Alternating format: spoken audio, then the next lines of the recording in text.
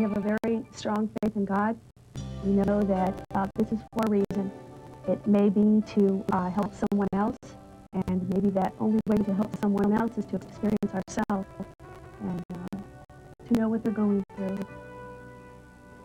Those of us blessed with normal features cannot begin to comprehend the daily pain suffered by the craniofacially handicapped.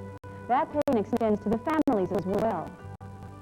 So devastating is the pain that until recently, most people with facial deformities lived shuttered lives, deprived of any human contact except family members.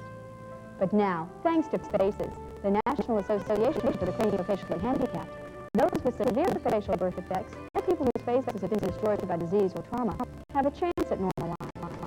FACES provides travel expenses to the highly specialized craniofacial medical centers that build not only faces, but futures. It's a simple mission, but one that is vital. If it wasn't for FACES, I don't know where we'd be today because of the financial burden that it does cause on the family. They've helped us out tremendously, and saying thank you just isn't enough. There isn't anything you can say to somebody that's made it possible to take your child wherever they need to go to get the medical assistance that they need to correct them. So if it weren't for FACES, then I don't know where we'd be.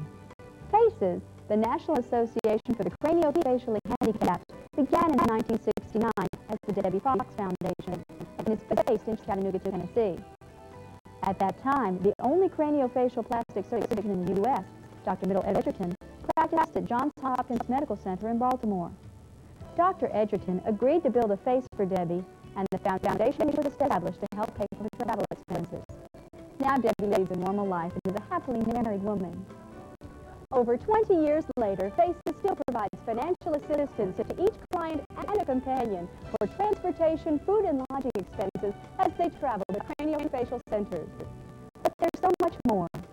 We offer public awareness, understanding, information, and support. I think that, to me, that is the most important part. They've always been there for me. My girls were very young when I first started with FACES, and there's a lot of times when you feel down, and it seems like you just can't make it another day. And I'd pick up the phone, and I'd call there, and Carol would be there, and she'd just kind of get me through. And she'd say, "You're doing okay, you can make it," and I did, but it was, a lot of it was due to the support that I received from them.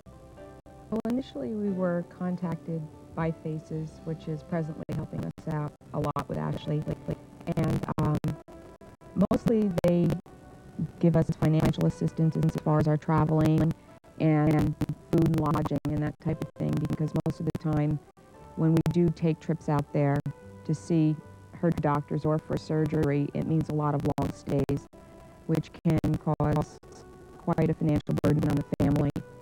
And I think that's one of the hardest things to get through, is if you don't know that these people exist and these foundations do exist, then you feel helpless.